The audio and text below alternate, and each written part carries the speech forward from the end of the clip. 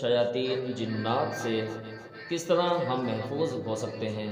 اپنے اہل و عیال کو کس طرح محفوظ بنا سکتے ہیں، اپنے بچوں کو کیسے ان کے شر سے محفوظ کر سکتے ہیں۔ رسول اللہ صلی اللہ علیہ وسلم کی یہ حدیث، یہ دعا صحیح مسلم میں موجود ہے کہ جو شخص 100 مرتبہ ان کلمات کو پڑھ لیتا ہے، اللہ رب العالمین سارا دن اس بندے کو، اس کے اہل و عیال کو شیطان کے شر سے، جنات کے شر سے اللہ رب العالمین محفوظ فرما لیتے ہیں۔